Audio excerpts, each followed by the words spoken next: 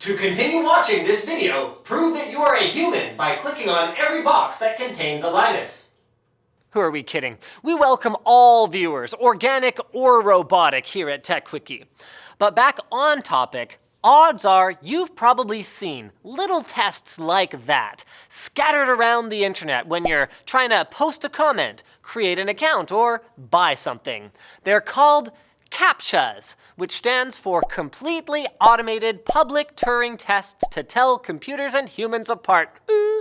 Proving once again that the computer science community continues to struggle with the concept of acronyms. Anyway, the irony of using computing techniques to trick other computers isn't really new.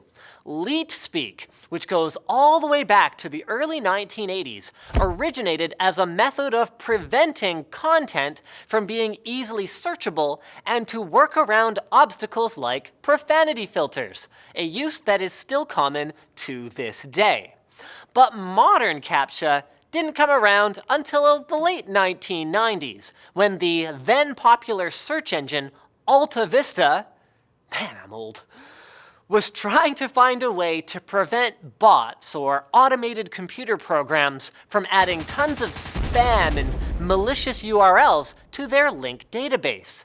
They wanted to put some kind of barrier in place and approach the problem by thinking about something that both humans and computers were good at, namely optical character recognition, which you can learn more about here. Then, introducing elements that made the task much more difficult for computers while keeping it fairly easy for humans.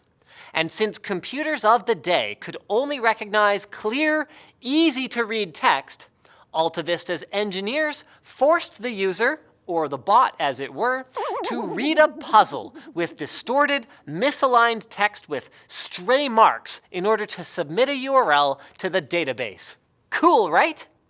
This form of CAPTCHA continues to be quite popular, along with audio CAPTCHA for the visually impaired, that in a similar vein typically includes spoken letters that are somewhat garbled to defeat automated sound analysis. QY26W.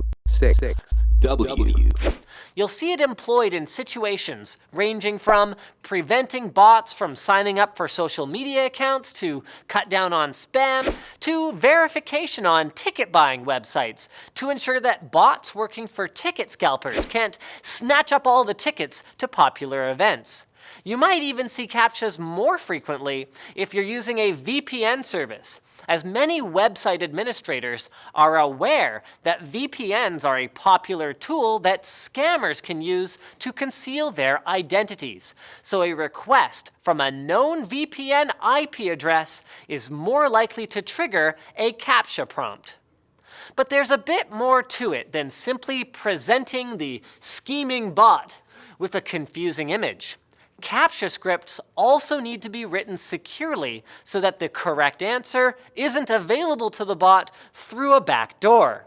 For example, some CAPTCHA scripts, especially many freely available ones, render the text on the user's computer instead of on the server and handle the answer in plain text, meaning that a bot can be written to steal the answer without ever solving the puzzle. But even if proper security is implemented, bots are also getting a lot more sophisticated than they used to be, and greater processing power has enabled them to use machine learning to get better at solving these kinds of CAPTCHAs. So everything from image recognition puzzles to trivia questions have been employed to stay one step ahead of the spam bot arms race. But Linus, what about those prompts that I've been seeing these days that just say, "I'm not a robot," and then I just check a box? I mean, couldn't a robot do that? How does that work? Well, this is a pretty cool mechanism from Google called No CAPTCHA. It actually tracks your mouse movements right before you check the box. Humans tend to move their mice in wiggly, imperfect ways when they want to point at something, whereas this behavior is usually absent with a bot. No CAPTCHA also looks at your IP address and cookie activity to see if it's probably consistent with a human instead of a bot.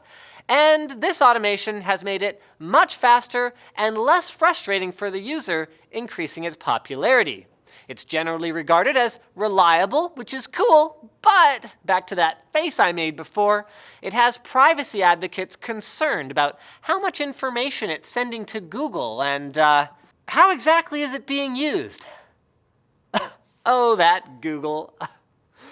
But considering how many people see an opportunity to make a quick buck by deploying spam bots as the internet's influence continues to grow, it isn't likely we'll see the human verification arms race cool down anytime soon. I just hope that it doesn't reach the point where we have to submit like a DNA sample and like a stool sample just to downvote somebody on Reddit. TunnelBear VPN. VPNs are great for more than just spammers and scammers, by the way. They're perfect for anyone who wants to use online services and browse the internet anonymously or to access things that just plain might not be available in their country. TunnelBear has easy-to-use apps for iOS, Android, PC, and Mac. They also have a Chrome extension, and it's so easy to use. All you do is install it, pick the country that you wish to be from, and press a button. When you do that, two things happen. One, your connection gets encrypted with AES 256-bit encryption, and two, your public IP address gets switched so you show up as though you are in a different country. And TunnelBear lets you bypass all the BS that often comes with VPN use. No DNS ports, blah, blah, blah, none of that stuff. They've also got a top-rated privacy policy and do not log user activity. So try it out for nothing. 500 megabytes, free data, no credit card required, and when you go, wow, this is great, I can watch that soccer game, or I can buy that thing, or whatever, you can get an unlimited plan and save 10% by going to tunnelbear.com/Linus. So thanks for watching, guys. Like, dislike, leave a comment if you have a suggestion for a future video. Most of the suggestions are terrible, but every once in a while a gem does come in, so kudos for that. And as always, don't forget to subscribe for more videos just like this one.